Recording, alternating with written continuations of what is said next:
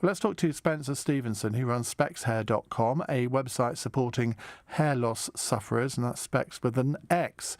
Spencer, very good evening. Hi, thanks for having me on the show. Hello. Tell me your experiences and people you've talked to, people you've helped on your website. Well, I've started to experience hair loss at the age of 21. I'm 42 now, and I tried various different treatments along the way: lotions, potions, lasers, wigs, and unfortunately none of them worked. As lo and behold, I later found out, because 99% of products and services that are sold still today do not work. It led me down the hair restoration road, hair transplantation, and fortunately for me, it ended up working. But to start with, I had poor work done.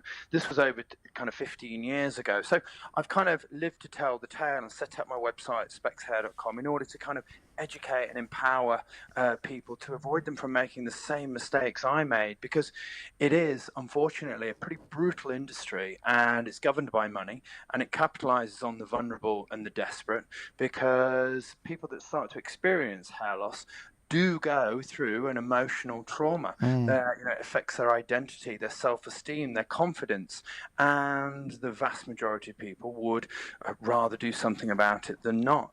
And hair loss is a hidden epidemic, and because of the experiences I went through, and because I didn't have anybody to talk to, I set up my website, spexhair.com, to provide that platform for people to reach out and enable them to get information and ask information with regards to what was available. And we run a website, the Bald Truth, as well, which is a radio show where hundreds of thousands of people tune in to listen and talk about their anxieties with hair loss. So it is a reality.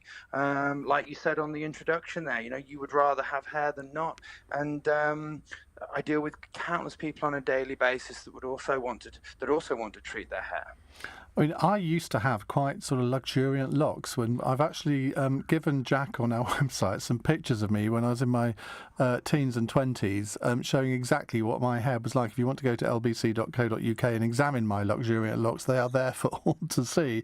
And it is, it does completely change not just your appearance, but the way you feel about yourself. And that's what I think a lot of people really, really struggle with. I mean, have you had people who are literally sort of suicidal at the thought of losing their hair? I have indeed, and it's a massive psychological issue and a trauma. It's a real kind of crushes the spirit, and especially for young guys as well. Life's hard enough as it is, but to deal with hair loss, which people feel is out of their control, can really affect their self-esteem and their confidence. Like I say, because hair loss gives you your identity, and to have that stripped from you at any age is highly unpleasant. And it is a real issue that is overlooked, is not talked about, and the reality of the situation is that people suffer in silence because nobody wants to openly talk about hair loss, and hence why I felt it's so important to come on your show today and share information, and as I have done for the past 20 years, try to make people realize that you're not alone, and to feel the way that you're feeling is not unnormal. You're not strange, and there are resources out there, there are forums out there, there's radio shows out there to help you. And what if you're a woman? Because I think that hair loss for a woman is far worse than it is for a man, for obvious reasons, because there are so few women who do suffer hair loss or go completely. But I mean, we all know Gail Porter had alopecia, but there are lots of women who have very thinning hair, and that must be quite traumatic for some of them. I agree with you entirely. I think it's far more traumatic for a woman to lose their hair than it is a man. It's more socially acceptable for a man to lose his hair and to shave it off. However, it doesn't dispute the fact that he's, a man is traumatized psychologically by that process. But for a woman, it is indeed. It's horrendous, and their options are much more limited. They can't just shave their hair off. And indeed, Gail Porter is a notorious go-to.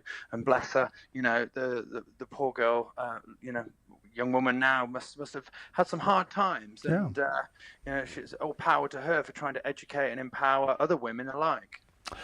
Thank you very much. That's Spencer Stevenson there. If you want to look at his website, it's spexhair.com. That's Specs with an X at the end.